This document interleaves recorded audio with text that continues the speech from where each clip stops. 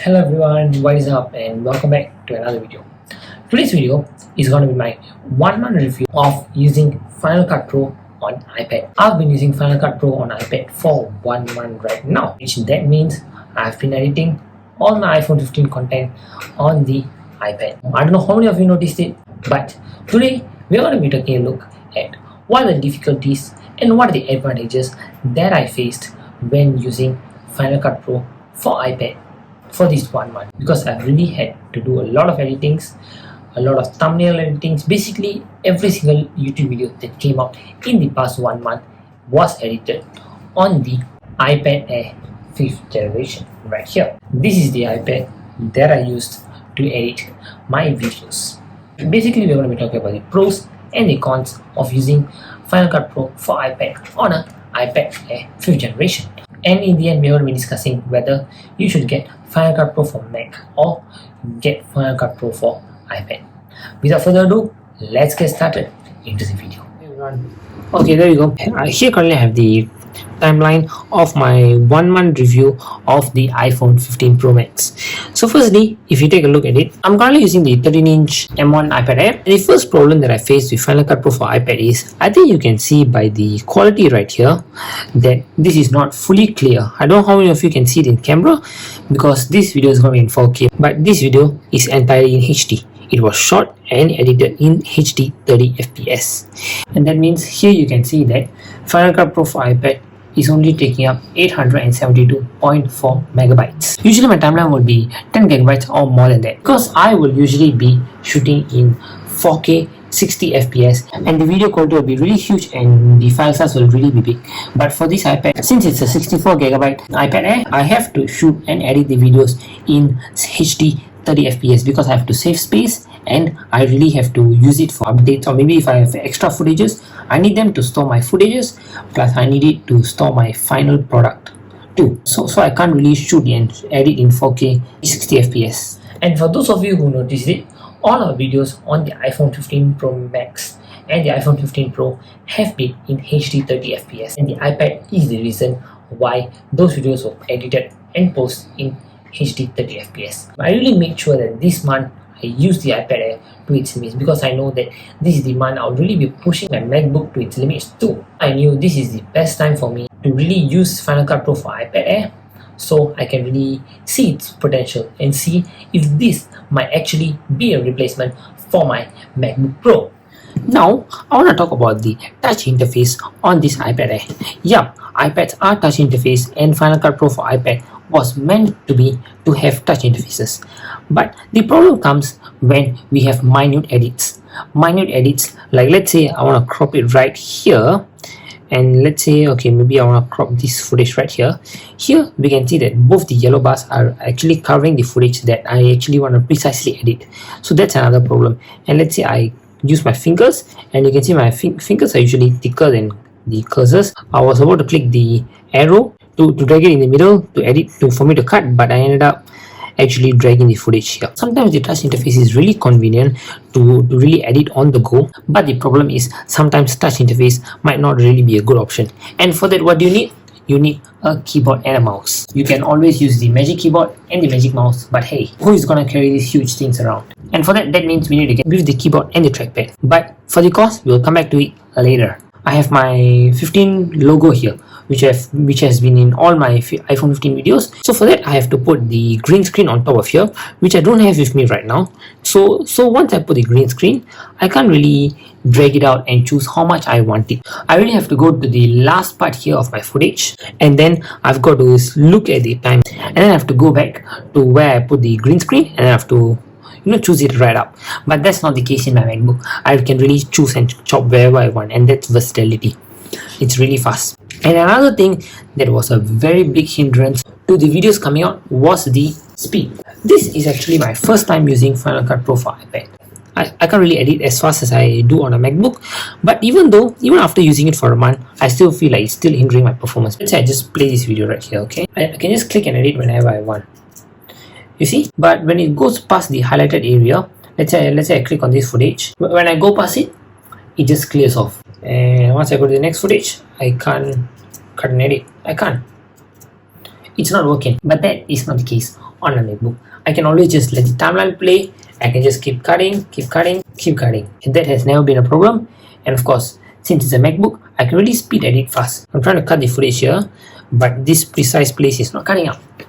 That's also another problem. The precision in which I edit has really been off. I don't know how many of you noticed it in my videos, but some parts can be cut off and some places can actually be chopped off. And the overall duration of the video can be cut short. Because of this iPad, I can't really cut it off. See? I'm trying to cut it here, but it's not cutting.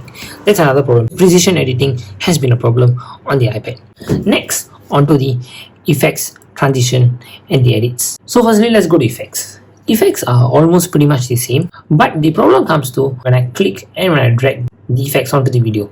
Let's say I'm dragging it right here. I'm putting this video right in here. Sometimes there are glitches right here. Let's say I click on this. I can't really drag it up. The next problem is battery life. Final Cut Pro does take up a lot of battery, and if you see here, Final Cut Pro for iPad takes up 66% of my entire battery. So that means I can never edit my footage fully finished. I have to charge it at least twice before I can even edit my video. So I'll be editing halfway, I have to just cut it off and charge it again before I can edit. You might ask me why not charge it and edit it at the same time, but I cannot do that. And that is due to the thermals. iPads are not really meant for heavy tasks. So if I'm going to charge and use it at the same time, I need a bare minimum of cooling system. At least a small fan like in the MacBook Pro. But this is just an iPad meant for normal daily use. So I'm going to be charging and using it at the same time, it's just going to heat up like crazy. And I'm going to be cleaning the battery life very soon. So I'm not going to do that, but obviously I have tried that before and that isn't really a good idea. So every time, there's no matter what, I have to charge the iPad at least twice, and sometimes I'll just edit the entire video fully and then I have to charge it before I can export the video because the battery life is too low, and if I'm going to export it, the iPad is going to shut down. So after me complaining so much, you all might be saying that the iPad that I'm using is actually a iPad meant for daily use. I'm really pushing it to its limits, and that is why I'm having all this issue. Yep, what you're saying is right. But we really have to take a look from the consumer side of perspective. If you're telling me, of course, I can always go and use the 11-inch iPad Pro or even the 12.9-inch iPad Pro, which has a bigger battery life and of course a better chip to handle these tasks smoothly. But the real question is price. Yep, and that is what we're going to be comparing right now. So we're going to be taking a look at the iPad, comparing it to a MacBook and seeing the price difference, and eventually talking about if this is actually worth it. To compare the pricings and to see if it's fair. Today what we're going to do is we're going to be comparing the base model iPad that is good for using Final Cut Pro and the base model MacBook that is good for using Final Cut Pro. Let's click on the base model. Let's say we're going for the 11-inch, okay? And okay, the color doesn't really matter. And for this we need a minimum, a bare minimum of 256 gigabyte of storage, okay? So you're going to be clicking 256 gigabyte, and we're going to be getting the Wi-Fi, just the Wi-Fi model, and Apple Pencil. So Apple Pencil for iPad sometimes can be useful. Sometimes it might be useful because sometimes, like I said, our fingers can't reach it. So maybe an Apple Pencil might do some help. So we're going to be adding Apple Pencil to that, and we're going to click Save for now. And we're going to be adding the Magic Keyboard. Like I said, we need the trackpad and the Magic Keyboard right here. Because like I said, I've been using the keyboard and the trackpad, so we need both of that together with the case. So you're going to be getting that. We're going to add the Magic Keyboard, and yep, let's just save that for now. Okay, and we're not going to get any Apple Care. Okay, we're going to be trying to chip out on everything. Okay, and there we go. We're going to click this, and I'm going to click it to add to back. And this, let's call it the starter kit for Final Cut Pro on iPad. And now let's go on to MacBook, and we're gonna go for the basic one, the 13-inch M1 chip. Okay, this is the basic model, right? So you're gonna be getting the 256 GB storage, and this is the basic one. And for this, the 256 GB SSD will be more than enough, and just the base model 8 GB of your unified memory will just be enough. And if we go down, we can just add Final Cut Pro for iPad for $399, and that brings our back total to 1848. We got the base model MacBook that can run Final Cut Pro, which is $1,848.98. But if we go back here, this is the basic starter pack for Final Cut Pro on iPad, which is $2,066. And the best part is we didn't add Final Cut Pro yet, because Final Cut Pro is on a subscription basis for iPads. A Final Cut Pro on a monthly subscription is $6.98 and $69 for a year, for a yearly subscription. Whereas Final Cut Pro for MacBook is $399.98. So let's keep it at $400.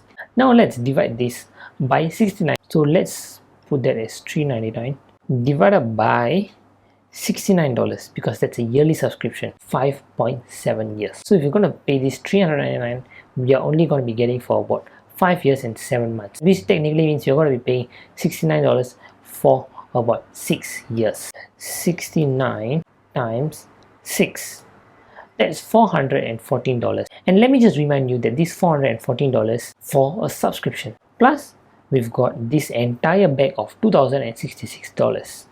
So that's going to be another plus 2066, which brings us to a total of $2480. $2,480 for just the 5 years. And if you're going to pay the same amount as the Final Cut Pro for MacBook for 5 years, this is going to be your total amount, and it's just going to keep increasing, $69 every year, which means you're technically going to be spending more than 2480. Let's say you're willing to spend the same $2,000, and if you're spending the $414 for the extra 4 years of Final Cut, so total is 2480. Now let's take a look. So let's take a look at what MacBook we can buy in that budget. With a budget of $2,480, I think we can buy got the 15-inch MacBook Air M2. So we've got a much bigger screen. So let's forget about the M1, that is the base model, and the 13-inch might be something small for some of you. So we're going to be maxing it out. So we're going to be getting the 15-inch. So 15-inch MacBook Air, and this is the 256GB model. And let's say we bump up the memory slightly a bit more because we don't want to use that much of swap. So we're going to be bumping it up to 16GB. And if we go down, we can get the 70-watt adapter, and we can get Final Cut Pro, which is $2,598. I overshot the budget by $118 by getting the 15-inch. If you don't want to get the 15-inch, the exact 13-inch will be a better option. And just stay in the base core, you can bump up the unified memory a little. We can get just the base storage, the 256GB, because I'm always a person for the base storage. So let's say we're getting the base storage, and then we're gonna get at Final Cut Pro, which means we still have another $182 left from our budget, which means we still have $182 left from our initial budget of $2480 that we might have spent in 3 years of getting the iPad Pro.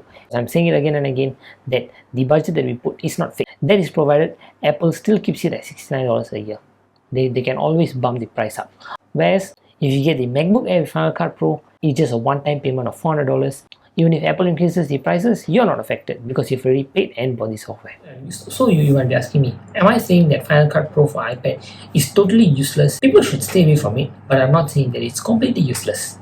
Final Cut Pro for iPad makes sense for a few people. You just need Final Cut Pro to do something special for someone. You're not an editor, but you just need Final Cut Pro for that just one specific day, or let's say just one specific week, or just a few weeks at a time, and you just need it just for that. But after that, you're 100% sure that you don't need it. You can just pay a 1-month fee, use it, and get it subscribed. But if you're only having a MacBook, then sadly that's not the way. But if you're a light user and you have the iPad, then the subscription option, it's a slightly good option. It's so good for people who test on the software, and because they can just get it for a few months, use it. If they don't like it, cancel and then go back to their old software. Whereas getting on the MacBook, it's a one-time payment. And there's also another advantage, which is the weight of the iPad and also the size. So it's just versatility. Because this iPad, you can just pop it anywhere in your bag, just bring it, and you can just edit it on the go. Then it's provided you have the Magic Keyboard Folio case. But just this one advantage alone doesn't make the Final Cut Pro for iPad worth it. Despite all this, even if some of you are saying that, okay, I'm just too rich, I would just like to waste my money, I would just like to waste money and just get the subscription because for some reason you'll just prefer subscription. Yeah, okay, if you really want to go for that, there's another thing that might stop you from getting the Final Cut Pro for iPad, which is the limitation of iPad OS and iPad being a limitation by hardware itself. Rather than just paying for a subscription which you're just going to be using, and after that you will just have to pay more eventually, I'd rather you just get a MacBook and get Final Cut Pro together. But some of you might be having an iPad, and you might be asking me, I'm having an iPad, and why should I just go and buy another one? If you're having an iPad and then maybe you're thinking you don't want another device, definitely just go and sell them out and just top up a bit more money, which will, trust me, definitely increase your production quality.